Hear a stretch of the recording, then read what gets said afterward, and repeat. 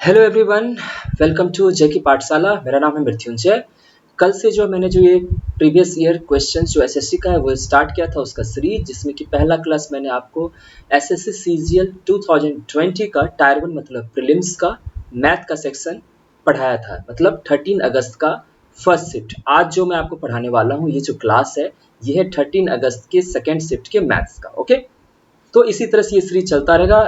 कुल मिला के 21 शिफ्ट में ये एग्जाम हुआ था। 21 शिफ्ट का लगातार हमको यहाँ पे आपको क्लास करवाएंगे और उसमें सारे मैथ्स के क्वेश्चंस आपसे डील करेंगे। ठीक है, दूसरा चीज क्या है कि ये जो क्लास है आपको हर दिन सुबह 8 बजे मेरे चैनल पे स्ट्रीम होगा, आप यहाँ आके देख सकते हैं। इसलिए जो भी नए हैं, जो नए देख रहे हैं स्टूडेंट्स, वो आप इस चैनल को सब्सक्राइब जरूर कर लीजिए ताकि आपको नोटिफिकेशन मिलता रहेगा और अदरवाइज जो भी अपडेट्स मैं इस पे देता हूँ वो भी आप तक पहुंचता रहेगा। ठीक है, दूसरा क्या है कि इसका जो प्लेलिस्ट होगा वो आपको डिस्क्रिप्शन बॉक्स में मिल जाएगा इसी सीरीज का, और 100 कंसेप्ट जो मैंने एसएससी के रिगार्डिंग बनाया था मैथमेटिक्स का, और उसमें कुछ बाकी हैं क्लासेस, उसका भी आपको प्लेलिस्ट इसी के डिस्क्रिप्शन बॉक्स में मिल जाएगा। तो वहां भी आप जाके इसको देख सकते हैं, और या फिर इसी वीडियो के अंत में एंड स्क्रीन पे आपको देखने को मिलेगा। ठीक है, तो चलिए आज का हम क्लास स्टार्ट करते हैं।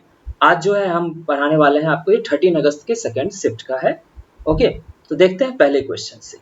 तो ये रहा आपका क्वेश्चन। एक मिनट, मैं पेन सेलेक्ट कर लूं। ठीक है, देखिए क्या बोल रहा है। प्रतिदिन 8 घंटे कार्य करते हुए 18 व्यक्ति, कितना 18 व्यक्ति 3 यूनिट कार्य 10 दिन में पूरा कर सकते हैं। तो आपको क्या क्या चीज दिया हुआ है, आवर दिया हुआ है। ठीक है, ये पर्सन दिया हुआ है, मतलब मैन कितने हैं और कितना यूनिट वर्क हो रहा है वो बता दिया, और कितने दिन में डेज बताया हुआ है। ठीक है, तो फिर दोबारा क्या कह रहा है कि प्रतिदिन 6 घंटे अगर कार्य करते हुए 6 घंटे अगर कार्य करते कितने व्यक्ति, 25 व्यक्ति, तो 5 यूनिट कार्य करने में कितने दिन में पूरा होंगे। तो इसका एक फॉर्मूला है जो आप भी जानते होंगे, मैं बता देता हूं। वो होता है कि आवर, ठीक है, H1 इंटू, ध्यान दीजिएगा, पर्सन मतलब M1 कितने मेंबर हैं, ठीक है, इंटू डेज कितने लगे हैं, तो मैं D1 लिख देता हूं, बाय W1 वर्क कितने हुए हैं, बराबर होता है H2 into M2 into D2 by W2। अब बस इस पे आप फिट कर दो। जैसे देखो 8 घंटे काम हुए, 8 इंटू कितने व्यक्ति थे, 18, ठीक है, और डेज कितने लगे हैं, 10, वर्क कितना हुआ है बताओ, 3 यूनिट का, तो 3 लिख दिया। ठीक है, बराबर H2। अब देखो सेकंड कंडीशन, ये फर्स्ट कंडीशन का था और ये सेकंड कंडीशन का। समय कितना हुआ है बताइए, 6 घंटे कार्य कर रहे हैं, 6 इंटू कितना पर्सन है, 25, तो 25 इंटू टाइम कितना, टाइम तो पूछा ही है, हमको D2 निकालना है, बाई वर्क कितना कर रहा है, करवा रहा है 5। क्लियर हो गया। अब आप इसको काट के देख लो, 3 से 6 बार में कटा, 6 से ये 6 कटेगा, 5 से ये 5 कटेगा, ठीक है, और इसी 5 से इधर काटेंगे 2 बार में, तो आपका D2 कितना आ गया बताओ, 8 और 2, 8 इंटू 2 कितना हो गया, 16 डेज। मतलब हो गया सेकेंड का जो आंसर है, मतलब कितना दिन में ये कंप्लीट पूरा होगा। ये जो कंडीशन आपको दिया था वो है आपका आंसर, क्या हो गया, D2 मतलब 16 डेज। तो आपका ऑप्शन नंबर कौन सा हो गया, 3। तो ये फॉर्मूला जरूर याद रखना, इस पे लगातार क्वेश्चन आते रहता है। ठीक है, चलिए अब देखते हैं दूसरा क्वेश्चन। ठीक है, ये भी अच्छा क्वेश्चन है, देखते हैं। ओके, देखो क्या कह रहा है। ठीक है, कह रहा है राधा अपनी आय का 25% बचाती है। जैसे ये बचाने वाला जो होता है सेविंग एक्सपेंडिचर, मतलब आय का कितना खर्च करती है, इस तरह क्वेश्चन में आप आराम से ऐसे लिख लिया करो कि इनकम बराबर क्या हो जाएगा बताइए, सेविंग प्लस एक्सपेंडिचर, यही होता है। ओके, इसके अलावा तो और कुछ होगा नहीं। ठीक है, मतलब जितना आपका आय है, सेविंग मतलब आपका जितना आप सेव करते हो, मतलब इसको लिखते हैं आय। आज मैं लिख देता हूँ हिंदी में, सेविंग मतलब होता है बचत, ठीक है, और ये हो जाएगा खर्च। ओके, देखते हैं। तो आय मान लेते हैं 100। तो आप बताओ अगर 100 रुपए आय था तो राधा कितना बचाती है, 25। 100 में से 25 बचा ली, 25%, और बच कितना गया, 75। क्लियर हो गया। ठीक है, अब देखो दूसरा कंडीशन में क्या कह रहा है। ओके, अब कह रहा है अगर उसके व्यय में 20% की वृद्धि होती है, तो व्यय कौन सा है, ये 75। तो 75 का 20% कितना होता है, 15। 20 में तो 1/5, 75 1/5 कितना हो गया, 15। तो 15 की वृद्धि हुई है, मतलब 75 में 15 जुटेगा तो कितना हो जाएगा, 90। क्लियर। ठीक, फिर दूसरा चीज, और उसकी आय में 29% वृद्धि होती है। बताओ उसका आय था कितना, 100, 100 में 29% कितना वृद्धि हो जाएगा, तो 100 का 29% 29, और 100 में 29 जोड़ेंगे तो 129।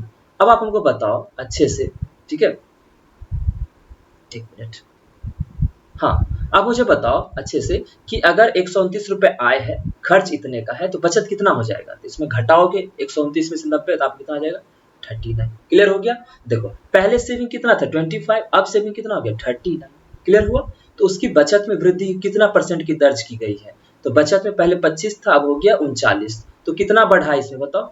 तो बढ़ा 14। कितने पे? 25 पे। तो परसेंटेज वृद्धि जो कहेंगे हम सेविंग्स में, वो कितने को हो जाएगा? 14 कितने पे? 25 पे इंटू 100। ऐसे ही देखते हैं ना, 25 से ये कटेगा 4 बार में, 14 चौक 56, मतलब 56%। समझ में आ गया अच्छे से? चलिए देखते हैं अब अगला क्वेश्चन। हाँ देखिए ये वाला क्वेश्चन, ये वाला क्वेश्चन बड़ा अच्छा है, आप इसको ध्यान से देखना। आपको x माइनस 1/x बराबर 5 दिया गया है और आपसे ये वाला पूछा है। तो जैसे ये देखते हैं ना, तो हमको क्या करना होता है कि ऐसे क्वेश्चंस में आप x क्यूब से डिवाइड कर दो। कितना से? x क्यूब से, ताकि x क्यूब के ही टर्म में हमें सब कुछ मिल जाए। जैसे कि देखो ऊपर वाला जो न्यूमरेटर है, मतलब अंश जो है, और नीचे जो हर है, दोनों को हम x क्यूब से डिवाइड कर देते हैं। फिर देखते हैं क्या होता है। जब x क्यूब से डिवाइड करेंगे, इसमें जब डिवाइड करेंगे तो क्या बचेगा? x क्यूब माइनस, इसमें जब डिवाइड करेंगे x क्यूब से तो बचेगा 5 माइनस 1/x। कोई दिक्कत? 1/x cube, sorry. नीचे क्या हो जाएगा? इसमें डिवाइड करेंगे तो x cube plus 7 minus 1/x cube. अब हमको एक बात बताओ, क्या इसको मैं ऐसे लिख सकते हैं? x cube minus 1/x cube minus 5 by x cube minus 1/x cube plus 7। तो कुल मिला के जो आपको बोल रहा है, वो ये कह रहा है कि आप जो है x क्यूब माइनस अगर 1/x क्यूब का वैल्यू ले आते हैं, तो बस यहाँ पुट करके वो हम आंसर तुरंत निकाल लेंगे, इसका रेशियो हम प्राप्त कर लेंगे। तो हमको तो ये पता है ना, ठीक है, कि हमको इतना x माइनस 1/x पता है, तो इसका क्यूब कर देते हैं। इधर भी क्यूब कर दो और इधर भी क्यूब कर दो, ठीक है।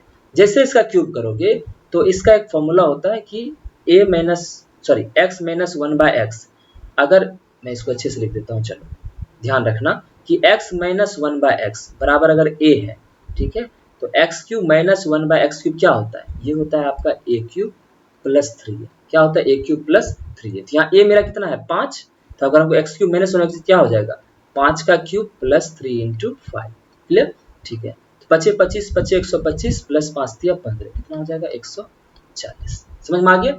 और ये किस तरह से आता है वो मैं क्लास में जब पढ़ाऊंगा अलजेब्रा, तो उसमें आपको बता दूंगा, ठीक है। अब यहाँ क्या करते हैं, डायरेक्ट रख देते हैं। तो आपको इसका वैल्यू कितना आ गया? 140 इसका वैल्यू, ठीक है। तो 140 माइनस 5 और 140 प्लस 7, तो ऊपर कितना हो जाएगा बताइए? 135 ना? हाँ 135 बटे 147। तो किससे कटेगा ये? 3 से कटेगा ना, ठीक है। 3 चौक 12, 3 पचे 15, 3 चौक 12, 3 से 45 बटे 49। तो ऑप्शन कौन सा हो गया? Option number 2। क्लियर हो गया? अब चलते हैं अगले क्वेश्चन की तरफ, ठीक है। ये देखिए क्या कह रहा है, पहले देख लेते हैं। क्या ट्रायंगल एबीसी है जिसमें कि एबी और एसी का रेशियो दे दिया आपका 5:2। तो पहले हम एक ट्रायंगल बना लेते हैं, ठीक है। ये बना लिए, ध्यान से देखना अच्छे से। ए, ये हो गया आपका बी, ये हो गया आपका सी। क्लियर हो गया? ठीक है। एबीसी, तो आपको जो बता रहा है, ये बोल रहा है कि एबी और एसी का रेशियो 5 और 2 में है। तो मतलब ये 5:2 यही दे देते हैं, 2 5 और 2 के रेशियो में बटा हुआ है। अब आगे क्या बोल रहा है कि बी ए को डी तक बढ़ाया गया। बी ए को कहाँ तक बढ़ाया गया? डी तक। हम डी तक बढ़ाने की कोशिश करते हैं, ओके। तो बी ए को हम थोड़ा सा आगे बढ़ा देते हैं, यहाँ मान लो डी हो गया। क्लियर? डी तक बढ़ाया गया। तो कौन? सी ए डी, मतलब सी ए डी, ये जो है इसका समद्विभाजक। तो थोड़ा इसको नीचे ले आते हैं, ठीक, ऐसे जाएगा। समद्विभाजक मतलब क्या हो गया? इस कोण को, ये जो पूरा कोण था, इसको आधा आधा बांटा है, तो ये हो गया हमारा समद्विभाजक। समद्विभाजक आगे बढ़ाई गई और ये BC से E पे मिलता है, मतलब BC को आगे बढ़ाते हैं तो ये E पे मिलता है। समझ गए? ये यहाँ से यहाँ बढ़ा तो वो आके यहाँ पे E पे मिल गया। क्लियर? अब देखो क्या बोल रहा है कि बोल रहा है CE की लंबाई क्या होगी? CE मतलब इसकी लंबाई क्या होगी? इसको मान लेते हैं x। क्लियर? देखो एक और चीज दिया हुआ है कि BC बराबर 9 है, ये 9 है। अब आपको बनाना है, समझ गए? अब देखिए इसका फॉर्मूला क्या, इसको कहते हैं एक्सटर्नल एंगल बाइसेक्टर। इंटरनल का तो आप जानते ही हो, ट्रायंगल में क्या होता है, और एक्सटर्नल का क्या होता है कि आप देखो यहाँ क्या कहेंगे कि ए बी, ध्यान देना दोनों साइड, ये a b by a c, a b by a c, a b by a c बराबर होता है बीई। ध्यान देखना, बीई ये पूरा लंबाई मैंने बोला, ठीक है, बाई छोटा वाला सीई ये वाला, क्लियर हो गया। अब इस पे फॉर्मूला आप पुट कर दो, आपको आंसर आ जाएगा। तो ये याद रखना कि अगर एक्सटर्नल एंगल बाइसेक्टर होते, क्योंकि इस ट्रायंगल के लिए ये एंगल क्या है, एक्सटर्नल है ना। तो एक्सटर्नल एंगल बाइसेक्टर जैसे ही होगा तो उसमें आप ये फॉर्मूला यूज करना। तो ए बी कितना है बताओ, 5 बटे ए सी कितना है आपका 2, बीई कितना है बताओ, बीई अगर देखेंगे तो बी सी इतना हो गया 9 और प्लस ये टोटल जोड़ के कितना हो जाएगा 9 प्लस एक्स बाई और सी ई एक्स हो जाएगा। आप इसको इधर कर लो तो ये इधर आ जाएगा तो 5x और इधर 9 दूना 18 प्लस 2x, ठीक है। अब ये 2x इधर आएगा तो 3x बराबर कितना हो गया 18, तो x बराबर कितना हो गया 6। तो आपका जो ये वैल्यू है सी कितना हो जाएगा 6। तो आपका ऑप्शन कौन सा हो जाएगा, क्लियर, समझ में आ गया ना। ठीक है, चलिए अब देखते हैं नेक्स्ट क्वेश्चन। ये तो बहुत ही आसान क्वेश्चन है ना। ठीक, एक मिनट, चलिए देखते हैं। ये 5वां क्वेश्चन देखो कैसे बनेगा। ये कह रहा है आप डायरेक्ट फॉर्मूला आप पुट करने आता होगा, डिग्री का सारा का मान अगर आपको पता है तो आप आराम से कर सकते हो। 8 साइन 30 मतलब 1/2 इंटू साइन स्क्वायर 60, तो साइन 60 का वैल्यू कितना होता है √3/2, उसका स्क्वायर करेंगे तो 3/4। ध्यान से देखना, माइनस 4 इंटू साइन 90 1, सही होता है, साइन 0 0 होता है, साइन 90 1 होता है, माइनस सेक स्क्वायर 45, तो सेक मतलब क्या होता है 1/cos, cos 45 कितना होता है 1/√2, तो √2 हो गया, सेक 45 √2 होता है, √2 का स्क्वायर क्या हो जाएगा 2। कोई प्रॉब्लम नहीं ना। ठीक है, चलिए नेक्स्ट नीचे tan स्क्वायर 45 1 माइनस, क्योंकि tan 45 1 होता है तो उसका स्क्वायर भी 1 होगा, और cot 30 मतलब tan 60, tan 60 का मतलब कितना होता है √3, √3 का स्क्वायर कितना हो जाएगा 3।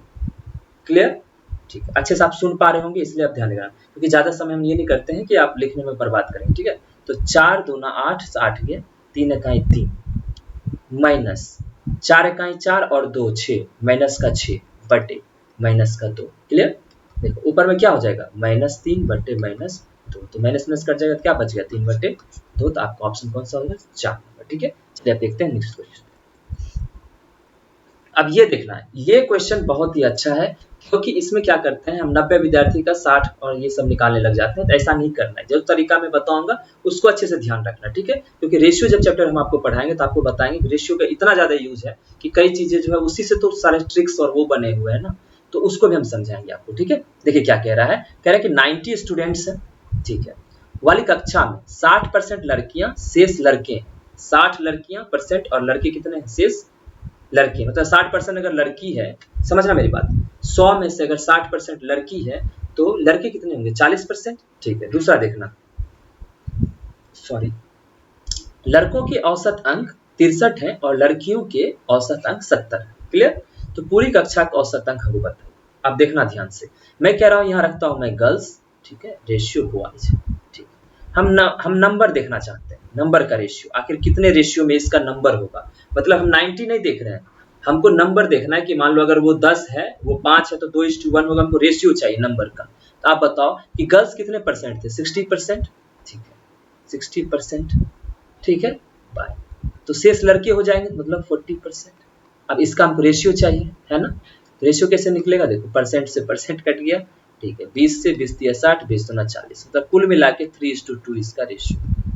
ये समझ में आ गया, ठीक है, क्लियर। अब देखो क्या है, लड़कों के औसत अंक 63 है, मतलब लड़के का औसत, ये बॉयज है, यहाँ 63, यहाँ हम एवरेज लिख दे रहे हैं, ध्यान से देखना, ठीक है, लड़कों के सामने लड़कों का लिख दिया, लड़कियों कितने हैं 70। क्लियर हो गया, ठीक, यहाँ हमको वो नहीं निकालना, क्या कहते हैं, क्योंकि इसका हमको चूंकि औसत ही चाहिए ना, तो औसत का हम वो रेशियो नहीं निकालेंगे। क्लियर हो गया। अब आपको क्या करना है, आप मान लो, देखो ध्यान से, आप मान लो इस क्वेश्चन में कि 3 ही गर्ल्स हैं और 2 ही लड़कियां हैं, ठीक है, 3 ही गर्ल्स और 2 ही लड़कियां हैं। क्लियर, आप बताओ कि गर्ल्स का ठीक है, लड़कियों के औसत अंक, तो गर्ल्स का औसत अंक कितना, सॉरी अंक कितने हो जाएंगे मार्क्स, आप बताओ, अगर 3 लड़कियां हैं सबने 70-70 लाए हैं तो टोटल कितना हो जाएगा 210, तो 70 × 3, और यहाँ कितना हो जाएगा बॉयज का औसत अंक, तो 3 दूना 6, 6 दूना 12, तो टोटल मार्क्स कितने हो गए, क्योंकि टोटल क्लास का निकालना है, टोटल मार्क्स निकालो यहाँ से, तो 6 हो गया, 2 1 3 हो गया, और 2 1 3 हो गया, और टोटल स्टूडेंट कितने हैं आप बताओ, आपने माना क्या था 3 और 2, तो 3 2 5, तो आप बताओ एवरेज कितना हो जाएगा, तो टोटल 336 बटे 5, 5 से करोगे तो 5 36, 5 7 35 और 5 2 10, 67.2। इसमें क्या होता है कि आप जो ये मान लो आप 3:2 में बन गया, तो आप कहते 3 2 5 से 18, 18 तिया 54 और 18 36। अगर एक्चुअल में निकालते तो 54 गर्ल्स निकलते 60% के हिसाब से और बॉयज 36। लेकिन क्या होता है कि इसको जब हम यूज करते हैं ना एवरेज के फॉर्मूला में, तो ये दोनों कट जाते हैं, उसको कोई मतलब नहीं होता है, सिर्फ रेशियो का यूज आता है, इसलिए मैंने ऐसे बताया। ठीक है, आप भी क्या करना, रेशियो निकाल के उसी को मान लेना, उससे आगे प्रोसीड करके उस पूरे क्वेश्चन को बना लेना। ठीक है, अब चलिए देखते हैं नेक्स्ट क्वेश्चन। ऐसा क्वेश्चन मैंने कल भी बताया था, बट वो प्लस में था। आप यहाँ ध्यान देना क्या क्या चीज निकालना है आपको। x माइनस वाई पता है, ठीक है, आप इसको इधर करो, आप इसको एलसीएम ले लो। एक्स वाई बराबर क्या हो जाएगा, y माइनस एक्स बराबर 11/24, यही है दिया हुआ। ठीक है, आपको चाहिए इसका वैल्यू। ठीक है, आप बताओ x cube minus y cube का फॉर्मूला क्या होता है। आप बोलोगे सर एक्स माइनस वाई। ठीक है, और कल मैंने एक फॉर्मूला बताया था आपको, क्या बताया था कि एक्स माइनस वाई का होल स्क्वायर, देखिए माइनस होता है तो प्लस होता है बाहर में, तो 3xy, ऐसा ही होता है ना। ठीक है, 3xy और ये ब्रैकेट बंद प्लस एक्स स्क्वायर और वाई स्क्वायर। 3xy होता है कि नहीं होता है, आप एक बार अच्छे से चेक कर लेते हैं हम। X square plus y square और माइनस 2xy प्लस एक्स, हाँ सही है। ठीक है, यही फॉर्मूला होता है। ओके, तो ये आपका फॉर्मूला हो गया। अब इसमें हमको क्या क्या चाहिए, एक्स माइनस वाई चाहिए। ठीक है, वो हमको दिया हुआ है 11। और क्या चाहिए हमको, एक्स वाई चाहिए। अगर एक्स वाई पता चल गया तो हमारा क्वेश्चन ये आराम से सॉल्व हो जाएगा, तो यहाँ से आ जाएगा। तो बताओ एक्स माइनस वाई 11 है, तो वाई माइनस एक्स कितना हो जाएगा, -11/xy। ध्यान देना अच्छे से, तो 11/24, तो 11 से 11 कट जाएगा, यहाँ से एक्स वाई मेरा क्या आ जाएगा, -24। आगे अब इसमें पुट कर देते हैं। ठीक है, देखते हैं पुट करके। देखो एक्स माइनस वाई कितना हो गया, 11, अंदर 11 का स्क्वायर प्लस 3 अंदर में एक्स वाई कितना आ गया, -24। क्लियर, ठीक है, प्लस ये एक्स वाई का होल स्क्वायर है तो -24 का होल स्क्वायर। ठीक है, आप देखो आगे 11 का स्क्वायर 121, माइनस में आ जाएगा ना, 24 तिया 72 और यहाँ कितना हो गया, माइनस माइनस प्लस ही होगा, प्लस 24 के स्क्वायर 576, यही होता है ना। ठीक है, तो अब देखो 121 में से ये गया तो 11 में से 2 गया 9 और 11 में 7 गया 4 इंटू 11 प्लस 576। ठीक है, अब अगर देखो यूनिट डिजिट देख सकते थे कि 9 इकाई 9 और इसका यूनिट 6, तो 9 6 15, लास्ट में 5 होना चाहिए था। ठीक है, लेकिन एक और ऑप्शन था जिसको मैंने मिटा दिया, उसमें भी 5 था, इसलिए आपको पूरा निकालना पड़ेगा। तो 11 9 99 के 9 बाकी 9, 11 चौक 44, 9 53 प्लस 576, 9 6 15 5 बाकी 1, 7 इंडिया बाकी 1, 15 से 11, 1115। आपका आंसर ये हो गया, समझ गए। चलिए अब देखते हैं नेक्स्ट क्वेश्चन। हाँ, ये बहुत अच्छा सा क्वेश्चन है, देख लो यहाँ से क्या कह रहा है, एज टू बी रेशियो बोल रहा है, ध्यान से देखना। ठीक है, क्या बोल रहा है, दो संख्याओं का अनुपात 5:8 है, मतलब 5:8 था ये पहले का, पहले। ठीक है, अब क्या हो गया कि इसमें प्लस 5 जोड़ दिया गया दोनों में, तो बाद में इसका रेशियो हो जाता है, ए और बी का रेशियो हो जाता है 2:3, 2:3। ठीक है, तो आपको बोल रहा है ए और बी का योगफल क्या था, मतलब यहाँ ए और बी कितने थे। तो आप बताओ कि यहाँ एक चीज आप ध्यान से, इसको क्वेश्चन को पहले हम दो तरीके से आपको बता देते हैं। ठीक है, देखो कि 5 और 8 का डिफरेंस कितना है, यहाँ पे बताओ 3 का, और यहाँ 1 का। आपको किसी भी तरह से इसको 3 का डिफरेंस बनाना है। ठीक है, क्योंकि डिफरेंस सेम होना चाहिए। ओके, तब देखिए यहाँ 3 का था, यहाँ 1 का है, तो इस पूरे को हम किससे कर देते हैं, 3 से मल्टीप्लाई कर देते हैं, 3 दूना 6 और 3 तिया 9, देख रहे हो ना। तो 5 से कितना हो गया, 6 हो गया।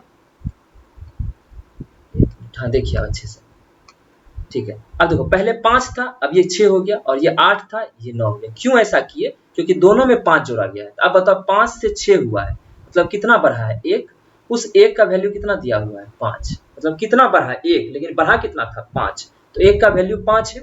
क्लियर हो गया आपको, ठीक है। लेकिन पहले था कितना, अगर ए और बी को जोड़ दे तो 1 का वैल्यू 5 है, ये तो एग्जैक्ट वैल्यू है, 8 5 13, तो 1 का वैल्यू अगर 5 तो 13 का वैल्यू 13 5 65, तो आपका 62। क्लियर हो गया, समझ में आ गया ना। दूसरा चीज देखिए क्या होता है कि अगर जैसे मान लो यहाँ पे डिफरेंस तो सेम था, 5 5 था, डिफरेंस डिफरेंट भी रहता तो भी हम इसको बना सकते थे। कैसे, आपको बाद वाला पहले लिखना है, तो बाद में कितना हो गया 2:3, तो 2:3 पहले लिख लो। ठीक है, बाद उसके बाद पहले वाला यहाँ लिख दो 5 8, और कितने का डिफरेंस था दोनों में, 5 5। ठीक है, अब आप क्या करो इसमें देखना, अब देखो एक चीज करते हैं, अब क्या करो, इसको इससे मल्टीप्लाई कर दो, इसको इससे, 8 दूना 16 और 5 तिया 15, दोनों घटा दो तो 1, इस 1 का वैल्यू पचे 25, 8 पचे 40, सही है ना। तो पचे 25 और 8 पचे 40, तो कितना डिफरेंस हो गया, एक का वैल्यू 15 आ गया। क्लियर हुआ, एक का वैल्यू 15। देखो फिर से 8 पचे 40, पचे 25, डिफरेंस कितना 15 का, तो एक का वैल्यू 15 हो गया। तो आप बताओ तो पहले कितना था, इसको 15 से कर दो, इसको 15 से कर दो, तो 15 दूना 30, 45। लेकिन आपको पहले का पूछा है तो पहले वाला तो नीचे लिखे थे ना, तो 30 में से 5 गया, यहाँ से 5 घटाएंगे तब तो आएगा पहले वाला ना, क्योंकि बढ़ाया गया था। तो 25 और 45 में से 5 गया 40, 40 पे 60, 5 50। ठीक है, तो ये सब क्वेश्चन भी हम अलग तरीके से आपको बता देंगे, आप चिंता मत करो। बट समझ में आ गया आपको, लेकिन मैक्सिमम टाइम आपको इसी तरह का क्वेश्चन पूछा जाएगा, जबकि सेम ही डिफरेंस होगा। आगे देखते हैं 9th नंबर। एक दुकानदार ने दो वस्तुओं में से प्रत्येक को इतना रुपए में बेचा। ठीक है, प्रत्येक को मतलब आपका एसपी जो दोनों का सेम है। ठीक है, उससे एक वस्तु पर 90% लाभ होता है और दूसरी वस्तु पर उससे 11% की हानि हुई। तो पहला वस्तु दूसरा वस्तु, तो पहला मान लेते हैं यहाँ और दूसरा यहाँ मान लेते हैं। ठीक है, ध्यान देखना। तो उसका संपूर्ण प्रतिशत लाभ और हानि पूछ रहा है। ओके, आप देखो कैसे बनेगा। हम मान लेते हैं पहले उसका 100 रुपये रहा होगा, पहला वस्तु 100 रुपये का सीपी था। ठीक है, और यहाँ मान लेते हैं एसपी। तो अब बताओ उसे पहले वस्तु पे कितने पर लाभ हुआ है, 19 का, तो ये कितना हो जाएगा 119। क्लियर, 100 रुपये का रहा होगा तो 119 में। दूसरी वस्तु पर उससे 11% की हानि हुई, तो 100 रुपये अगर मान लो दूसरा वस्तु भी रहा होगा तो 11% हानि के बाद कितना बिका होगा 89। लेकिन ध्यान देना, लेकिन आपको क्या बोल रहा है कि क्वेश्चन में बोला है कि दोनों वस्तु का एसपी सेम है, बोला है ना, हमको एसपी सेम करना पड़ेगा। तो इस दोनों में एसपी क्या हो रहा है, अलग अलग है ना। ठीक है, तो हम क्या करते हैं, ऊपर वाले को इंटू 89 कर दो, नीचे वाले को इंटू 119 कर दो। अब बताओ इतना इंटू इतना और इतना इंटू तो सेम हो गया ना। तो अगर इसको किया तो इसको भी करना पड़ेगा 89, इसको भी करने का 119। क्लियर हो गया। अब बताओ, अब सही कर लिए ना, एसपी हम सेम कर लिए। ठीक है, अब देखो इसको जब जोड़ोगे तो जोड़ो 8900 और 109, 9 दूना 8 बाकी 1, 11 1 12 8, 20,800। आपका सीपी कितना हो गया 20,800। समझ गए, इससे मतलब नहीं है। लेकिन क्या है कि यहाँ पे जब आप इस दोनों को मल्टीप्लाई करोगे ना, तो ये भी बन के आएगा 10,591। इसको मल्टीप्लाई करोगे 10,591 बन के आएगा। दोनों जोड़ दीजिए तो 2 9 दूना 18 बाकी 15 से 11, 2 इकाई 2 हो गया। अब बताओ देखो यहाँ से डिफरेंस कितने का आ गया, सीपी इतना था एसपी इतना हो गया। तो लाभ हुआ है पहली बात, तो हानि तो होगा नहीं, इसको काट दो। अब देखो ये 8 और यहाँ पे कितना है 21 है। ठीक है, 800 है और 1182, तो 382 का लाभ हुआ है। क्लियर, 382 का लाभ हुआ है। तो परसेंटेज अगर लाभ निकालेंगे आप बताओ कितना हो जाएगा, 382 बटे 208 इंटू 100, मतलब यहाँ 0 तो कट ही जाएगा। तो 208 से कितने बार में कटेगा, 1 पॉइंट समथिंग ही आएगा, इससे तो जस्ट बड़ा है, डबल तो हो नहीं रहा है। तो ये वाला तो लाभ होगा नहीं, तो बच गया सिर्फ यही, तो यही हो जाएगा। यहाँ पे ये मत कि एग्जाम में आप इसको बनाने बैठ जाना कि कैसे होगा। तो 5%, तो 2 का 5% तो कभी नहीं है, 1000 रहता तो सोचते भी हाँ पहुंच सकता है 5 में, तो आप सीधा ऑप्शन मार के निकल लेना। ठीक है, चलिए 10 क्वेश्चन। ठीक है, यहाँ देखो क्या कह रहा है, आपको बोल दिया कि 16x² प्लस y² 48 है और x/2 है, तो आप बताओ इसका वैल्यू क्या होगा। तो आप यहाँ नहीं दिख रहा है कि आपको 4x का ये क्यूब है और प्लस ये y का क्यूब है, कोई दिक्कत। ठीक है, देखिए तो a cube plus b cube बराबर क्या होता है, a प्लस b, मतलब 4x प्लस y। ठीक है, अंदर में अच्छे से ध्यान देना, अंदर में क्या हो जाएगा बताओ, इसका स्क्वायर क्या होता है, इसका स्क्वायर 4 चौक 16 x² प्लस इसका स्क्वायर क्या हो जाएगा y²। तो प्लस है तो यहाँ माइनस हो जाता है, माइनस क्या होता है ab, मतलब ab माइनस ab इस दोनों का, तो 4xy हो गया। आप देखो, अब बताओ कि 4x प्लस y ये आपको पता है, नहीं पता है, बट ये आपको पता है कितना 48 माइनस 4 इंटू 2, 4 दूना 8, तो इतना कंफर्म है कि 40 हो जाएगा। 40 में समथिंग से मल्टीप्लाई होगा, वो आंसर हो जाएगा। तो ये तो गया, तो ये भी गया, 40 का मल्टीपल तो है नहीं, समझ गए। तो अब बच गया सिर्फ 224 और ये 320। अब हमको इसका निकालना है कि 4x प्लस वाई होगा कितना, तो आपको ये दिया हुआ है। क्लियर, तो आप बताओ 4x प्लस वाई का होल स्क्वायर कितना होगा, तो 16x² plus y² plus 2 into, ध्यान से 2 इंटू a इंटू b, तो 4 इंटू x²। क्लियर, तो ये हो गया 48 प्लस 2 इंटू 4 इंटू 2, तो सॉरी इतना नहीं, 4 दूना 8 दूना 16 और ये जोड़ेंगे तो 64, ठीक है। तो आपका आ गया 4x प्लस वाई का होल स्क्वायर 64। तो 4x प्लस वाई कितना हो जाएगा, इसका 64 का रूट 8 हो जाएगा, ठीक है। तो 8 से मल्टीप्लाई कर दो, ये 8 आ गया आपका, 8 चौक 32। तो आपका आंसर कौन सा हो गया, 320। अब चलिए नेक्स्ट चलते हैं। अब इस क्वेश्चन को देखते हैं कैसे बनेगा। क्या बोल रहा है, ट्रायंगल ABC में क्रमशः AB AC पर बिंदु DME प्रकार इस प्रकार है। तो आप इसको ऐसे प्रकार है तो प्रकार कर लेते हैं, ठीक है, ABC। अब क्या बोल रहा है, AB और AC पे D और E है, D यहाँ है और E यहाँ है, ठीक है। और बोल रहा है ADE मतलब ये वाला एंगल बराबर है एंगल B के, ये दोनों बराबर है। जैसे ही बराबर हो गए तो ये दोनों पैरेलल हो गया, ठीक है। तो अब इसका पैरेलल वाला तो आप जानते होंगे, ट्रायंगल में कई बार आपने बनाया। इसका अर्थ क्या हो गया कि triangle ADE, triangle AD similar हो गया ट्रायंगल ABC, क्लियर, ठीक है। जैसे ही देखें कि सिमिलर हो गया कि ये दो एंगल दोनों में सेम है और ये एंगल दोनों बराबर है, तो आपको ये छोटा वाला ट्रायंगल और बड़ा वाला ट्रायंगल दोनों सिमिलर हो गया। अब बोला AD 7 है, AD ये 7 है और BD 5 है, BD 5, क्लियर, ठीक है। AD 7 और BD 5 है, BC 9 है, BC कहाँ है, ये 9 है। तो आपको DE पूछ रहा है, ठीक है। तो DE यहाँ से DE उठाओ, DE बटे BC, क्योंकि इसका DE लिया है, यहाँ से BC लेना पड़ेगा, तो BC बराबर, देखना ध्यान से। तो DE BC, अब हमको पता क्या है, AD पता है, तो मतलब ये दोनों, अगर यहाँ से AD लिए हैं शुरुआत का 2, तो यहाँ भी ये लेना पड़ेगा AD, क्लियर, ठीक है। DE तो पता है नहीं, DE बटा BC पता है 9 बराबर AD 7 और AB कितना हो जाएगा, ये टोटल, तो टोटल 7 5 12, ठीक है, 3 तिया 9 3 चौक 12। तो यहाँ से DE कितना हो जाएगा, 7 21 बटे 4 और इसको निकालेंगे तो 5.25 आ जाएगा और ये आंसर, क्लियर हो गया, ठीक। चलिए अब चलते हैं नेक्स्ट क्वेश्चन की तरफ, ठीक है।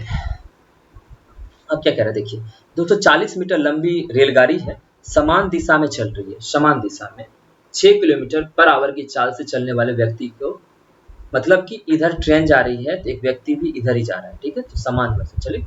लेकिन ये ट्रेन है और ये आपका कौन सा व्यक्ति है, तो 6 किलोमीटर पर आवर से इसकी स्पीड, क्लियर, ठीक है। इसका स्पीड मान टी रहने तो, ये ट्रेन है भी मान, ठीक है, भी, तो 9 सेकंड में पार कर जाती है, मतलब उसको दोनों का ट्रेवल करने में, जैसे जा रही है ट्रेन, एक आदमी जा रहा था तो उसको पूरी वो कितने सेकंड में पार करती है, तो उसको 9 सेकंड। तो एक्चुअल में उसको पार करने में कितना वो मीटर चला होगा, तो वो क्या होता है कि ट्रेन अपने लंबाई के हिसाब से ही वो मीटर, उतना मीटर चेंज करती है, उतना मीटर वो ट्रेवल करती है, तो वो उसको पार करती है, ओके। तो इतना समझ में आ गया। अब बताओ कि यहाँ सब सेकेंड और मीटर में दिया हुआ है, तो इसको हम चेंज कर ले, ठीक है, किस में चेंज कर लेते हैं, मीटर पर सेकेंड में। तो 6 किलोमीटर पर आवर क्या हो जाएगा, मीटर से 6 इंटू 5/18, ये हो जाएगा मीटर पर सेकेंड। ये किसका है, ये पर्सन का है, ठीक है, मतलब जो व्यक्ति है, ओके।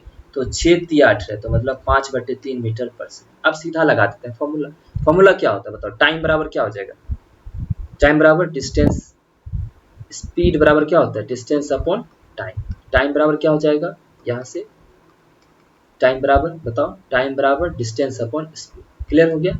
लेकिन जो ये है स्पीड है, वो नेट स्पीड क्या हो जाएगा बताइए, नेट स्पीड, चूंकि दोनों सेम दिशा में चल रहा है, तो भी जो ट्रेन का स्पीड है माइनस किसका स्पीड, ये स्पीड हो जाएगा व्यक्ति का, क्योंकि यहाँ नेट स्पीड डालते हैं, ओके। तो अब यहाँ पुट करके देखते हैं बना के, ठीक, देखिए तो समय कितना लगा 9, डिस्टेंस कितना है 240, भी माइनस 5/3, क्लियर हो गया, ठीक है। अब इसको इधर लेके आओ, इस पूरे पार्ट को यहाँ लेके आएंगे तो 9 में मल्टीप्लाई होगा इससे, दोनों से, ठीक है। देखो लिख देते हैं, चलिए, भी माइनस 5/3 बराबर 240 आ गया। देखो 9 भी माइनस, और ये कटेगा 5/3 से, 3 तिया 9 5 तिया 15 बराबर 240, ठीक है। और 9 भी बराबर कितना हो जाएगा बताइए, यहाँ से इधर जाएगा 255/9,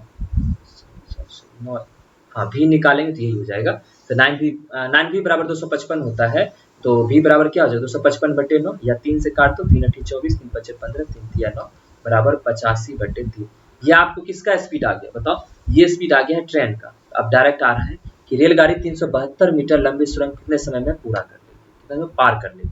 हमको समय निकालना है, टाइम बराबर क्या होता है, डिस्टेंस अपॉन स्पीड। तो डिस्टेंस, अब लेकिन डिस्टेंस कितना हो गया 240 इसका अपना खुद का, वो भी तो दूरी तय करेगी, और 372 इसके सुरंग का, मतलब डिस्टेंस अब आपका हो गया 240 प्लस 372 बटे स्पीड कितना हो जाएगा, अभी इसका स्पीड कितना हो जाएगा 85/3। क्लियर हो गया, ठीक है। अब इसी का वैल्यू निकाल लीजिए तो आपका आंसर आ जाएगा। ओके, देखते हैं 240 और 372 दोनों मिलकर कितना हो जाएगा बताओ। ये हो जाएगा आपका 2, ठीक है, 2 7 जगह बाकी 1, 3 1 4 2 6 बटे 85 और ये इंटू 3 हो जाएगा। तो ये शायद 17 से घटेगा ना, 17, हाँ 17 5 85, 17 3 17 36 दिया कितना हो जाएगा, यहाँ बता 36 दिया 108/5, तो 5 दूना 10, 5 इकाई 5 और 5 36, 21.6 सेकेंड लगेंगे इसको पार करने में, तो आपका आंसर कौन सा हो गया 21.6। ओके, चलिए अब देखते हैं नेक्स्ट।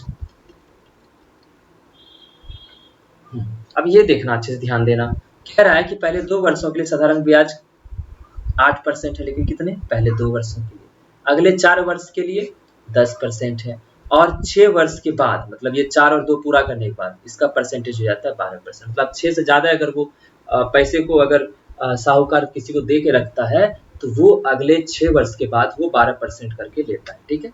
यदि 9 वर्ष बाद पूछ रहा है तो 4 2 6 और 3 एक्स्ट्रा, मतलब 6 के बाद 3 एक साल और देता है, तो उसको साधारण ब्याज मिलता है इतना रुपए। तो बोल रहा है उसके द्वारा निवेशित राशि कितनी होगी, इसको रेशियो से बना लेते हैं। मान लेते हैं 100 रुपए वो इन्वेस्ट किया होगा, ठीक है, 100 रुपए। तो आप बताइए पहला 2 साल, क्योंकि देखिए पहला 2 साल, फिर नेक्स्ट 4 साल, ठीक है, 4 2 6 और अगले 3 साल, यही ना होगा, ठीक है, क्योंकि 4 2 6 3 9 साल, ध्यान देना 2 साल 4 साल और 3 साल, ठीक है। लेकिन 2 साल के लिए उसका परसेंटेज ब्याज कितना है 8%। क्लियर, तो बताओ 100 का 8%, 8, 8 दूना 16 रुपए ब्याज हो गया प्लस, नेक्स्ट 4 साल के लिए 10% का रहता है, ठीक है, तो 10%, 100 का 10% एक साल के लिए 10 रुपए ब्याज होगा, लेकिन 4 साल के लिए 40 रुपए। क्लियर, और अगले 3 साल के लिए उसका कितना रहेगा, 6 वर्ष के बाद कितना लगता है 12%, तो 12%। अब बताओ कि 100 का 12% कितना होगा 12, ये एक साल का ब्याज हो गया, मतलब अगले 6 साल बाद, लेकिन ये 3 साल का, तो 12 तिया 36, 4 3 7 1 8 6 2 12 92, ठीक है, टोटल 92 इसको आया। 100 रुपया जब हम माने तो उसका ब्याज कितना आया 92, लेकिन ये एक्चुअल में 92 का वैल्यू कितना दिया हुआ है 1835 8.60 ये दिया हुआ है। 92 का वैल्यू इतना है, हमको 100 का निकालना है, तो 100 का वैल्यू कितना हो जाएगा बताइए, क्योंकि हम कितना माने थे निवेशित राशि जो हम इन्वेस्ट किए थे वो हम माने थे 100, तो 92 हो गया, तो 1835 बटे 92 इंटू 100। अब इसको हमको क्या करना है सॉल्व करना है, ठीक है। इसको जब इसको उड़ाएंगे तो ये कट जाएगा, और ये कटेगा 4 से 23 बार में, 4 से 4 चौक 16, 4 चौक 16 बच गया 2 23, 4 पचे 20 और 3 4 अठे 32, 3 4 अठे 32 और 2 बचे 26, 4 छक 24, 4 पचे 20, ठीक है।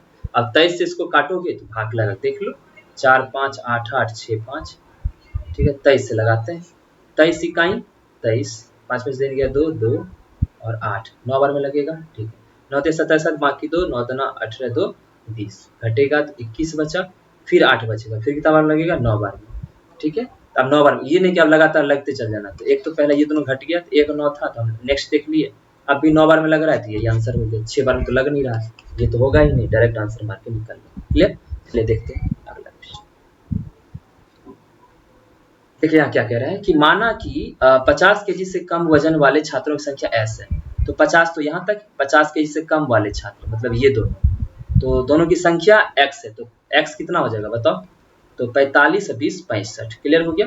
एक चीज लेकिन गौर करना, हम ये कह रहे हैं यहाँ 13 वाला ऑप्शन 2 ही है, तो कन्फर्म हो गया कि यही 2 होगा, क्योंकि 5 का मल्टीपल में हो रहा है 65, ठीक है, अब तो यही 2 होगा। अब 11 और 9 का देखना है, और 60 केजी है, ठीक है, और 60 केजी या इससे अधिक वजन वाले संख्या की छात्रों की संख्या y है, तो y कितना हो जाएगा 60 केजी से ज्यादा, तो ये वाला हो गया 60 केजी 60, तो 40 5 45, इस दोनों का रेशियो चाहिए, 5 से करोगे 13/9 हो जाएगा, ये आंसर, ठीक है। चलिए देखते हैं कुछ आसान क्वेश्चन भी, देखिए ये भी आसान क्वेश्चन है ना, आप इसको अगर कर लेते खुद से तो सही रहेगा, लेकिन चलिए निकाल देते हैं आपको डायरेक्ट, ठीक है। अब देखते हैं 2 × sin² 30, तो sin 30 का मान कितना होता है 1/2, ये हो जाएगा 1/4 इंटू टेन 60 कितना होता है √3, क्लियर, -3 इंटू cos 60 कितना होता है sin 30 मतलब 1/2, 1/2 का हो गया 1/4, मतलब cos 60 का मान 1/2 होता है, उसका स्क्वायर 1/4 इंटू sec 30 मतलब 1/cos 30 मतलब sin 60, तो 1/cos sin 60 कितना होता है 2/√3, ठीक है, 2/√3 का स्क्वायर क्या हो जाएगा 4/3, क्लियर हो गया, बटे 4 इंटू cos 45 कितना होता है 1, 1 का स्क्वायर 1 माइनस sec 60 कितना हो जाएगा आपका होता है 1/2, 2 होता है, ठीक है, तो 2 का स्क्वायर क्या हो जाएगा 4, क्लियर, प्लस sin स्क्वायर 60 कितना हो जाएगा √3/2 होता है sin 60, तो √3/2 का स्क्वायर मैं इसके बारे में बोल रहा हूँ, इसका 3/4 हो जाएगा, प्लस cos 0 1 तो cos 90 0 ही होता है, क्लियर, ठीक है, देखो 4 इकाई 4 ये कट गया 3/4 ही रह गया, और इस 4 से ये 4 गया और ये 4 गया, 3 से 3 गया, तो ऊपर कितना बच गया बताओ, देखो यहाँ से 2√3 -4 बटे नीचे 3, और इसमें जब कॉमन लोगे तो ये एक आंसर होगा, 2 कॉमन लोगे क्या जो √3 - 2/3, ठीक है, चलिए देखते हैं नेक्स्ट क्वेश्चन। देखिए निहायत ही आसान क्वेश्चन है, देखना अच्छे से, कह रहे एक आयत की लंबाई 3 गुना बढ़ाने पे, मतलब लेंथ यहाँ मान लेते हैं ब्रेड्थ यहाँ मान लेते हैं, तो पहले ध्यान देना अच्छे से, पहले और बाद, तो मतलब लंबाई 3 गुना बढ़ाया गया, लंबाई 1 था तो अब कितना हो गया 3 गुना बढ़ गया ना, ठीक, नेक्स्ट, क्योंकि हमको एरिया चाहिए, देखना, तो कह रहे उसकी चौड़ाई उसकी मूल चौड़ाई से आधी कर देने पे, तो चौड़ाई मान लेते हैं 2 होगा, आधा करना है ना, तो 1 ले लिए, 2 का आधा 1 हो गया, अब बताओ पहले कितना एरिया था 2, बाद में कितना हो गया 3 इकाई 3, तो मूल आयत के क्षेत्रफल को नए आयत क्षेत्रफल से कितना अनुपात में ज्ञात करें, तो मूल आयत ऊपर 2 था, तो दोनों एरिया का रेशियो निकालेंगे 2/3 होगा, तो आंसर यही है, क्लियर, ठीक, चलिए नेक्स्ट देखते हैं। ऐसा क्वेश्चन तो कल भी आया था 3, 7 और 11 का, तो आपको मैंने बताया था कि 3, 7 और 11 का मल्टीपल आप निकाल लो तो 231 होता है, क्लियर, अब वो देखना है या XY क्या होना चाहिए, तो मैंने बोला था कि आप इसमें डिवाइड कर लेना, ठीक है, जैसे 231 से डिवाइड करते हैं, ध्यान देना एक बार में लगेगा, तो 231 7 में से क्या 6, ये हो गया XY। अब मुझे बताओ कि 231 पे कितना से मल्टीप्लाई करें कि आगे जो है दोनों 16 आए, और लास्ट का मतलब इसका ये डिजिट जो है 16 आए XY के साथ, मतलब XY की जगह कुछ और आए लेकिन 16 सामने रहे, तो आप बोलोगे सर 8 से करने पे, लेकिन 8 से करने 8 दोनों 16 रहते हैं 24 हो जाएगा ना, इसको तो 8 से ज़्यादा हो जाएगा, तो आप इसको मल्टीप्लाई 7 से करो, 7 इकाई 7, 7 आएगी इसके बाकी तो 16, तो ये 1617 होना चाहिए था, 1617, तो ये पूरा पूरी इससे विभाज्य हो जाता है, क्योंकि आपको बोला है कि ये 5 वाली संख्या पूरी तरह से इससे विभाज्य तीनों से, ठीक है, तो ये 17 हो गया, मतलब x आपका 1 हो गया, y कितना हो गया 7, आप यहाँ कर दो, y 7 हो गया, तो 7 - 8 इंटू 1, 7 दूना 14 में से 8 के 1 गुना 6, तो आंसर कौन सा हो गया 6, चले अब आगे, ठीक है, अच्छा देखिए क्या कह रहा है कि सभी 5 संगठनों में महिलाओं का औसत संख्या, सभी 5 में पुरुषों का औसत संख्या का अनुपात, अब ये मत करना, तो समझना मेरी बात, जब 5 संगठन है ना, 5 संगठन यहाँ भी है, तो महिलाओं का औसत क्या हो जाएगा, मान लो महिला को जोड़ के m हुआ तो बटे 5 लिखोगे, बटे पुरुषों का क्या लिखोगे, पुरुष लिख दें p बटे 5 लिखोगे, तो ये 5 5 तो कट ही जाएगा ना, आप क्या करो डायरेक्ट कह रहा हूँ कि सारे महिला का मतलब जितने भी वुमेन है सबको जोड़ दो, बटा जितने पुरुष हैं सबको जोड़ दो, उस दोनों को डिवाइड कर दो, क्लियर, तो ये आप खुद से कर लेना, आप इसका स्क्रीनशॉट लेके, ठीक है, अब ये जोड़ घटाओ यहाँ करेंगे समय बर्बाद होगा, आप जोड़ लेना, जैसे महिला हो गया 300, ये 275, ये सब जोड़ लेना, ऊपर लिख देना, फिर रेड वाले को जोड़ के नीचे लिख देना, उस दोनों का रेशियो वही आपका आंसर हो जाएगा। चलते हैं नेक्स्ट क्वेश्चन की तरफ। अच्छा ये भी है, हाँ देखते हैं क्या बोल रहे हैं, देखिए अच्छे से ध्यान देना क्या बोल रहे हैं। आपको ये 2010 2011 2012 2013 2014 ठीक है, सब में स्वाद मतलब फ्लेवर बता दिया ABC का, और वो उत्पादन कितना किया गया, मतलब ABC फ्लेवर है, ABC फ्लेवर में वो कितने का उत्पादन किया गया, जैसे ये आपका A हो जाएगा, ये B हो जाएगा, ये C हो जाएगा, तो A का फ्लेवर का 40, B का 70, C का 2010 में ऐसा।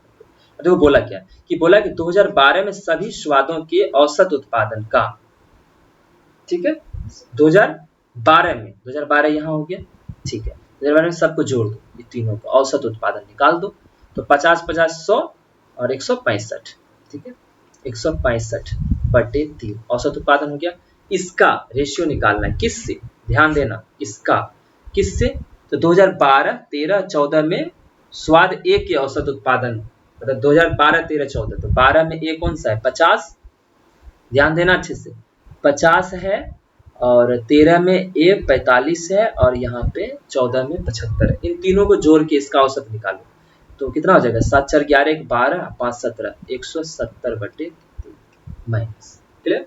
उत्पादन और 2012 13 14 में सी के औसत उत्पादन के अंतर, तो आपको 2012 13 14 के सी का भी निकालना पड़ेगा। सी कितना है? 65 75 सॉरी 65 70 और 80, ये तीनों हिस्से। ठीक है, तो 8 7 15 15 6 21 215, इसका औसत उत्पादन 3। देखिए तीनों जगह 3 3 आ रहा था तो 3 को हटा दो, ठीक है, नीचे से कट जाएगा। आपका बचा कितना? देखो 165। और जब रेशियो निकाल दे तो माइनस नहीं देखेंगे, ठीक है, क्योंकि ये एब्सोल्यूट वैल्यू देना है। तो 170 में से घटाएंगे कितना हो जाएगा? 45। तो 5 से 5 दिया 15 5 दिया 15 5 9 45, 3 से 11 और 3 मतलब 11/3 आंसर होगा। देख लिए कहाँ है? 11/3 ये आपका आंसर। क्लियर हो गया ना? ठीक है, अब चलिए देखते हैं नेक्स्ट। अच्छा, एक तो ये वाला भी होता है इक्वेशन। अब इसमें क्या करना है? यहाँ से हमको थीटा का वैल्यू निकालना है और यहाँ थीटा पुट करना है। इतना समझ में आ गया ना? ठीक है, अब हमको बताओ कि यहाँ पे थीटा क्या पुट करें जो इसके बराबर हो जाए। अगर आप दिमाग लगाओ, जीरो देखो, जीरो डालने पर साइन जीरो हो जाएगा तो कोई वैल्यू ही नहीं मिलेगा। जीरो के बाद क्या होता है? आप या तो जीरो डालोगे या 30 डालोगे या 45 डालोगे, ठीक है, या 60 या फिर 90 डिग्री। ठीक है, तो जीरो दे दे, जीरो से नहीं होगा, 30 डिग्री डाल दे देखते हैं। तो यहाँ अगर cos 30 की बात करूँ तो ये sin 60 हो जाता है, sin में √3/2। ठीक है, तो 2 × 3/4 हो जाएगा बराबर। देखते हैं बराबर आता है कि नहीं। 3 × sin 30 कितना होता है? 1/2। तो 2 दूना 4 बराबर हो गया 3/2 इधर 3/2, मतलब थीटा आपका क्या है? 30 डिग्री। क्लियर? 30 यहाँ डाल देते हैं तो sec 30 डिग्री मतलब 1/cos 30। तो cos 30 मतलब sin 60, तो 2/√3 होता है। ठीक है, 2/√3 का स्क्वायर 4/3। ठीक है, माइनस tan 60 1/√3 होता है तो उसका स्क्वायर 1/3 प्लस cos 30 मतलब sin 60, sin 60 का स्क्वायर कितना हो जाएगा बताइए? तो √3/2 होता है तो 3/4। अब आप इसको बना के सॉल्व कर लिए। 4 में से 1 किया, 4 में से किया 3, 3/3 कितना हो जाएगा? इधर सॉल्व कर लेते हैं तो 1 हो जाएगा 1 + 3/4, 4 का 4 3 7/4। आप लोग सर क्या ये पुटिंग से ही बनेगा सर? नहीं भाई, पुटिंग से नहीं बनेगा, इसको आप सॉल्व भी कर सकते हो। 2 × cos का क्या लिख सकते हैं? 1 - sin स्क्वायर थीटा बराबर 3 sin थीटा। ठीक है, और यहाँ आ जाएगा 2 - 2 sin स्क्वायर थीटा बराबर 3 sin थीटा। ठीक है, आप इसको इधर लेके आओ तो 2 sin स्क्वायर थीटा प्लस इसको इधर लेके आए हैं तो 3 sin थीटा और -2 बराबर 0। 2 दूना 4, तो इसको लिख लो 2 sin square theta plus 4 sin theta minus sin theta -2 बराबर 0। यहाँ से जब 2 sin थीटा कॉमन लेंगे क्या बचेगा बताओ? sin थीटा प्लस 2 माइनस अगर यहाँ से 1 कॉमन लेंगे तो sin थीटा प्लस 2। ठीक है, तो यहाँ sin थीटा बराबर क्या हो जाएगा? -2। ये तो पॉसिबल ही नहीं है क्योंकि sin थीटा जो होता है वो -1 से 1 के बीच में ही लाई करता है, तो ये तो पॉसिबल नहीं हुआ। अगर यहाँ से देखो तो 2 sin थीटा -1 बराबर 0, तो 2 sin थीटा -1 बराबर 0, यहाँ sin थीटा कितना हो गया? 1/2। तो थीटा क्या हो जाएगा? 30 डिग्री। तो ऐसे भी करके बना सकते थे, इससे बढ़िया था कि हम उसको ट्राई करके देखें। ठीक है, एक्चुअली हर जगह लगभग ट्राई करने से बन जाता है, कहीं कहीं फंसता है, तो आप इसको ऐसे भी करके देख सकते हैं। ठीक है, फिर नेक्स्ट देखते हैं। देखते हैं क्या कह रहा है कि ABCD एक चक्रीय चतुर्भुज है। तो पहले हम बना लेते हैं ताकि मेरे लिए चीजें आसान हो जाए। ओके, तो चक्रीय चतुर्भुज बना लेते हैं, रंग कलर चेंज कर लेते हैं, दिखने में सही रहेगा। ओके, इसको मिला लिए। ठीक है, तो A B C और D। अब क्या कह रहा है देखिए, अभी आपको कह रहा है कि विकर्ण BD और AC एक दूसरे को E पर प्रतिच्छेदित करते हैं, मतलब इंटरसेक्ट करते हैं। तो AC और BD दोनों एक दूसरे को E पे कर रहे हैं। क्लियर? ध्यान से देखना। तो बोल रहा है यदि DEC एंगल 138 डिग्री, BEC कहाँ है? BEC ये अगर 138 डिग्री है और ECD बराबर 35 है। कहाँ ECD? ECD ये 35 डिग्री है। ठीक है, देख रहे होंगे ना? ठीक है, 35 और 138 है। तो आपसे पूछ रहा है कि BAC बताइए, मतलब ये वाला एंगल। ठीक, बहुत ही निहायत ही आसान। अब देखो, आप जानते हो कि कोई भी अगर कॉर्ड होता है तो वो हर जगह बराबर एंगल बनाता है, मतलब जितना यहाँ उतना यहाँ बनाएगा। मतलब ये एक कॉर्ड जो है ये सर्कमफेरेंस पे बराबर एंगल बनाता है। आप बताओ यहाँ से जो DA है DSC पे बना रहा है 35 डिग्री, तो यहाँ पे कितना बनाएगा? ये भी तो 35 बनाएगा ना। ठीक है, अब आपको दिख रहा है ये 138 है और ये x मान लो, तो दोनों का सम मतलब x प्लस 35 डिग्री बाहर के कौन से बराबर हो 138, तो 35 घटाओगे ये कितना हो जाएगा 103 डिग्री, तो आपका आंसर 2 हो जाएगा। ओके, चलिए अब देखते हैं नेक्स्ट क्वेश्चन। ठीक है, ये देखिए क्या कह रहा है, ये आराम से बन जाएगा, बहुत ही आसान है। देखिए क्या कह रहा है आपको कि 5 अलग अलग संस्थान नामांकित उम्मीदवारों की संख्या 7500 था। ठीक है, अब उसमें क्या किया कि वो नामांकित जो उम्मीदवार थे वो थे P Q R S T. Okay, तो 7500 में से पी 20% है, क्यू 30% है, आर 12, एस 18%, टी 20%, ऐसे करके। अब क्या हुआ, उसमें से जो उत्तीर्ण हुए मतलब पास हुए टोटल कितने थे 4000, और उस 4000 में भी कौन कौन कितना पास हुआ है तो उसके परसेंटेज में दिया हुआ। क्वेश्चन समझ में आ गया। अब जो कह रहा है वो आप देखो, आपको कह रहा है संस्थान QRS में नामांकित उम्मीदवारों की कुल संख्या, तो कुल संख्या किसका QRS में नामांकित उम्मीदवार मतलब जो इनरोल किए थे, तो Q R और S, तो कुल मिला के कितना परसेंट हो जाता है बताओ, 18 12 30 30 60%। ठीक है, तो नामांकित अगर मैं टोटल निकाल लूं जो Q R और S है, इसका टोटल जो इनरोल किए थे वो अगर देखूं मैं तो कितना हो जाएगा, तो 7500 का 60% यही हो जाएगा बटा, ध्यान से देखना। ठीक है, और Q और RS में उत्तीर्ण उम्मीदवारों की कुल संख्या का अनुपात बोल रहा है, तो कुल संख्या था कितना 4000, और उसमें से QRS का ही बोल रहा है, क्लियर, उससे भी जो पास किया है। ठीक है, तो पास कितना किया QRS में, जोड़ो 24 और 24 कितना 48 और 18, 48 और 56 56 और 10 66%, 66%। इसका रेशियो निकालना है तो 100 से 100 गया। ठीक है, 2 जीरो से 2 जीरो गया, 20 दूना 40, 20 दिया 66। ठीक है, और कटेगा क्या, 3 से कटेगा, 3 से 22 बार, तो टोटल कितना आ जाएगा 75 बटे 22 और 2 22 दूना 44। क्लियर हो गया, तो 75 बटे 44 ये आंसर हो गया आपका 75 बटे 44। क्लियर हो गया ना। ठीक है, अब देखते हैं अगला क्वेश्चन, ज़्यादा नहीं बचा है। हाँ देखिए क्या बोल रहे हैं, आपको कह रहा है कि सुरभि ने एक वस्तु को अंकित मूल्य पर 12% छूट पर बेचा, तो अब देखिए MP और SP, अगर हम MP 100 मान लेते हैं, ध्यान देना, अगर MP 100 मान लेते हैं तो SP कितना हो जाएगा 88, क्योंकि 12% की छूट पे बेचा है। ठीक है, तो अगर MP 100 है तो ये 88 होगा, लेकिन 88 की वैल्यू कितना दिया हुआ है 176, मतलब इसका डबल करने पे हो रहा है तो ये भी डबल हो जाएगा, तो हमको MP मिल गया। क्लियर हो गया, हमको एग्जैक्ट MP मिला। ठीक है, अब देखिए क्या बोल रहा है, छूट ना देने पर उसे 25% का लाभ होता है, मतलब कह रहा है अगर छूट नहीं देते हैं तो MP था कितना 200, यही मेरा क्या बन जाएगा SP। बोल रहा है कि छूट नहीं दे रहे हैं, जितना MP था उतने में बेच रहे हैं, तो SP मेरा यही बन गया। तो इसको लाभ कितने का हो रहा है, अब देखना लाभ कितने का हो रहा है 25% का, तो हम CP मान लेते हैं 100, तो 25% लाभ पे बेचेंगे तो SP कितना हो जाएगा बताइए 125। ठीक, क्योंकि देखिए CP पे 25% लाभ मतलब CP का 25% 25 लाभ हुआ, जोड़ के देखोगे तो 125। अब आपको ये कह रहा है सीधा बात, नो बकवास, कि आपको क्रय मूल्य निकालना है, तो क्रय मूल्य मैंने 100 माना था, लेकिन 125 का वैल्यू कितना बता रहा है 200, तो 125 का वैल्यू 200, तो एक का वैल्यू 200 बटे 125, लेकिन निकालना कितने का है, CP निकालना है तो 100 का निकालना पड़ेगा, तो यह 100 लिख दो, तो 25 25 25 चौक 5 से 40 वाले, तो 4 चौक 16 160 रुपये, तो आपका आंसर कितना हो जाएगा 160। अब चलते हैं नेक्स्ट क्वेश्चन की तरफ।